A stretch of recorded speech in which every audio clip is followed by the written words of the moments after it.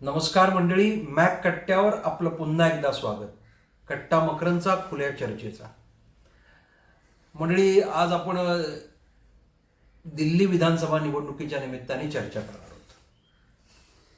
पंतप्रधान नरेंद्र मोदी आणि गृहमंत्री अमित शहा आणि त्यापूर्वीचे भाजपाचे राष्ट्रीय अध्यक्ष अमित शहा यांना अजून दिल्ली जिंकता आलेली नाही आणि त्यामुळे भारतीय जनता पार्टी 2014, 2019 आणि आता 2024 सलग 3 वेळा लोकसभेच्या निवडणुका जिंकलेली आहे.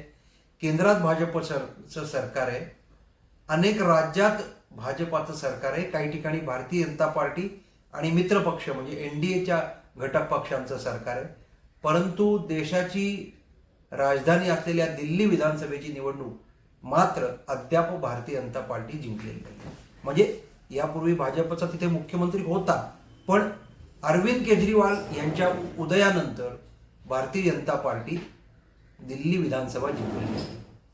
त्यापूर्वी तिथे काँग्रेसची राजवट होती, शीला दीक्षित मुख्यमंत्री होत्या आणि आत्ताचं जे वातावरण आहे किंवा लोकसभेच्या वेळेचं जे वातावरण आहे, जणू काही अरविंद केजरीवाल हे पुढचे पंतप्रधान पदाचे उमेदवारच होतील अशी एक चित्र काही जणांनी रंगवलं होतं.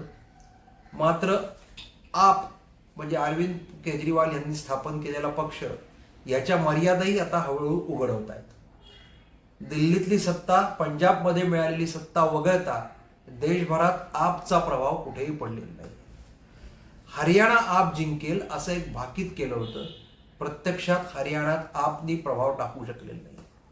आपनी अन्य राज्यातही प्रयत्न केले, म्हणजे गोव्यामध्येही प्रयत्न केले होते, महाराष्ट्रातही गेल्या निवडणुकीत प्रयत्न केले होते.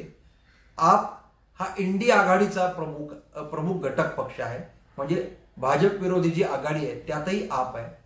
पण एकूणच अरविंद केजरीवाल आता जे मुख्यमंत्री पदावर नाहीत त्यांच्याविषयी त्यांच्या सहकाऱ्यांमध्येच एक संशयाचं वातावरण असल्यामुळे इंडिया आघाडी म्हणजे घटक पक्षातही त्यांच्यावर फार कोणाचा भरोसा नाही. अरविंद केजरीवाल यांनी आपली महत्वाकांक्षा कुठेही लपवून ठेवलेली नाही आहे. एक निवृत्त माजी सनदी अधिकारी ते राजकीय नेता, मुख्यमंत्री असा त्यांचा प्रवास आहे आणि दिल्लीतली केलेली आंदोलनं, त्यातलं एक त्यांची एक प्रतिमा उभी राहिली. काही जण त्या प्रतिमेच्या प्रेमातही पडले, काही जण फसलेही होते. हळूहळू देशभर असलेलं अरविंद केजरीवालांचं वलय काही प्रमाणात कमी होत गेलं आणि आपचा प्रभाव ओसरला गेला.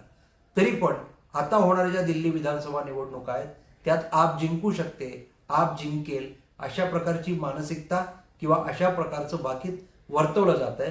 भारतीय जनता पार्टीला दिल्ली विधानसभा जिंकण्याकरता या पुढच्या विधानसभेपर्यंत वाट बघावी लागेल अशी एक चर्चा आहे. मुळात आता आपण लक्षात घेतलं पाहिजे की भारतीय जनता पार्टीला हरवण्याकरता त्यावेळी काँग्रेसने आपली सगळीच्या सगळी मतं आपच्या पारड्यात टाकली आणि आप विजयी झाले. शीला दीक्षित ह्या त्यापूर्वी मुख्यमंत्री होत्या.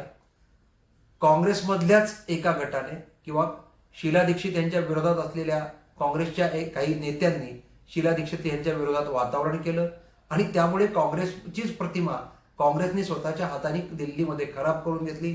त्याचा परिणाम जो झाला तो आपच्या विजयात झाला, आप विजयी झाला. पण काँग्रेस मात्र सातत्याने पराभवाच्या छायेत दिल्लीत आहे. सत्ता नसली की काँग्रेस काहीच करू शकत नाही, ती अस्वस्थ होते. हे दिल्लीतलं चित्र आहे आणि आज काँग्रेसकडे एक हाती विजयी मिळवून देणारा दिल्लीत एकही चेहरा नाही. निर्माण होणारं नेतृत्व निर्माण होऊच द्यायचं नाही ही काँग्रेसची मानसिकता आहे. कारण आपल्याला स्पर्धा नको या भूमिकेतनं हे सगळं काँग्रेसचं राजकारण चालतं. त्यामुळे परत एकदा भारतीय जनता पार्टी विरुद्ध आप असा दिल्लीत सामना राहणार आहे. भारतीय जनता पार्टीने आपले उमेदवारही घोषित केलेले आहेत. गेल्या काही महिन्यापासून दिल्लीत भारतीय जनता पार्टीने निवडणूक जिंकायचीच या दृष्टीने पावलं टाकलेली आहेत. संघटना, विचार, पक्ष, सरकार या माध्यमातून मतदारांपर्यंत भारतीय जनता पार्टी पोहोचत आहे. प्रचारात नेहमीप्रमाणे आघाडी घेतलेली आहे. आक्रमकता आहे. आप विरोधात प्रचार असं भाजपच्या सगळ्या प्रचाराचं सूत्र आहे आणि त्या दृष्टीने भाजपचे केंद्रीय नेते, दिल्ली प्रदेशाच्या स्तरावरचे नेते हे सगळे अरविंद केजरीवाल यांच्या आपची सलग जी सत्ता त्यांना मिळत गेली त्याची पोलखोल करण्याच्या प्रयत्नात आहे. पहिला जो टप्पा आपच्या निवडणुकीतल्या यशाचा होता तो दिल्लीतला हा जो बहुतांश सगळा घटक आप बरोबर गेला होता. त्यातल्या त्यात मध्यमवर्गीय, उच्च मध्यमवर्गीय असा जो एक घटक आहे, ज्याला असं वाटलं होतं की केजरीवाल यांच्या येण्याने आणि आपच्या येण्याने खूप काही बदल होईल, हळूहळू तो घटक जरी गेला असला तरी अजूनही एक मोठा घटक केजरीवाल यांच्याबरोबर आहे. केजरीवाल यांच्यावर जी टीका होते ती मोफत देणारे आहेत, फ्रीबीज फुकट देऊन टाका या मानसिकतेतल्या आहेत आणि त्या भूमिकेतनं केजरीवाल यांच्यावरती टीका होते. पण अशा निर्णयांचाही केजरीवाल यांना मागच्या निवडणुकीत फायदा झाला होता असंही पुढे आलेलं आहे.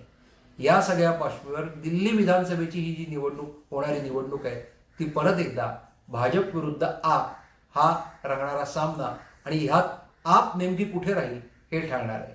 आपण एक लक्षात घेतलं पाहिजे, समजा विपरीत परिस्थितीत केजरीवाल विरोधी प्रचार, काँग्रेसची भूमिका काय राहील ह्याच्या पार्श्वभूमीवरही आप विजयी झाली, परत एकदा आपचं सत्ता आली, परत एकदा अरविंद केजरीवाल मुख्यमंत्री झाले, तर इंडिया आघाडीला जास्ती फटका बसणार आहे. कारण आत्ता महाराष्ट्रातला जो झालेला पराभव आहे महाविकास आघाडीचा आणि काँग्रेसला अपयश जे आलेलं आहे, महाराष्ट्रात आलेलं अपयश आहे, हरियाणातलं अपयश आहे, या पार्श्वभूमीवर घटक पक्ष तर आत्ताच आमच्याचकडे नेतृत्व द्या अशा सगळ्या मानसिकतेत आलेले असताना आप जर जिंकला तर इंडिया आघाडीत फूट मोठ्या प्रमाणात पडेल. कदाचित ममता बॅनर्जी तयार आहेतच नेतृत्व करायला, एक नवीन तयार होईल आणि परत एकदा 2029च्या लोकसभा निवडणुकीच्या मुख्यमंत्री पदाची चर्चा त्या सगळ्या वातावरणात होऊ शकते. त्यामुळे आपचा विजय हा इंडिया आघाडीला डोकेदुखी ठरणार आहे. अर्थात भारतीय जनता पार्टी सर्व प्रकारचे प्रयत्न यावेळी निश्चित करेल, कारण दिल्ली जिंकणं हे भाजपच्या दृष्टीने, राजकीय दृष्टीने फार महत्वाचं आहे.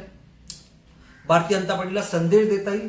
तो संदेश कशा प्रकारचा असेल तर 2024च्या लोकसभा निवडणुकात ज्या देशभरात कमी जागा झालेल्या आहेत या पार्श्वभूमीवर हरियाणा आणि महाराष्ट्र जिंकल्यामुळे भाजपचं जे मनोबल आता उंचावलेलं आहे ते दिल्ली जिंकल्यानंतर अधिक मनोबल उंचावू शकतं. भविष्यात येणाऱ्या बिहार विधानसभा निवडणुका, त्यानंतर 2027च्या टप्प्यात येणाऱ्या उत्तर प्रदेशच्या निवडणुका, याकरता हा विजय निश्चितपणे कार्यकर्त्यांचं मनोधैर्य आणि आत्मविश्वास वाढायला उपयोगी ठरणार आहे. त्यामुळे दिल्लीवरची आपदा घालवा अशा प्रकारचा थेट प्रचार भारतीय जनता पार्टी करते आणि त्या विरोधात आप भारतीय जनता पार्टी कसं एका प्रादेशिक पक्षाला कसं नामोहरम करण्याच्या प्रयत्नात आहे अशा प्रकारची सातत्याने भूमिका मांडते. दिल्लीकर मतदार काय करणार हे निवडणुकीच्या निकालाच्या वेळी दिसून येईलच. तोपर्यंत दिल्लीतले वारे, दिल्लीतल्या चर्चा याचा वेध आपण मॅक कट्ट्यावर घेणार आहोत. मंडळी, मॅक कट्ट्यावर आज इतकंच. कट्टा मकरंदचा खुल्या चर्चेचा शेअर करा, लाईक करा, सबस्क्राईब करा. धन्यवाद.